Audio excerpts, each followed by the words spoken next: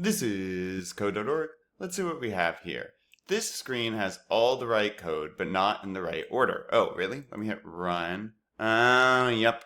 So guys, keep in mind code runs in order, right? So it starts at the top and it starts executing all of this stuff. What it gets to first is what's going to happen first. So I just want to give you an example. You see how fill yellow, it's making this text yellow, and then we say text size, and then we give it the text that we want. I'm going to go ahead and grab this guy and put it down here and hit reset run. Now, why isn't our text yellow? Our text isn't yellow because we asked the computer on line 18 now, text size, set it to this. Hey, we want our text to say this. And then on line 20, I say, okay, fill that with yellow. The computer has no idea what I'm talking about. There's nothing below this. It says, okay, let me get out my yellow paint. All right, I got it ready. Okay, no line, fill with white. Wait, okay, let me switch to white. So it actually never uses yellow. Order is really important with code. Now, we might create a sprite up here. However, creating it up here does nothing, remember? It does something. It creates the variable, we set the picture. But what if I drag this draw sprite way up to the top here? What's going to happen?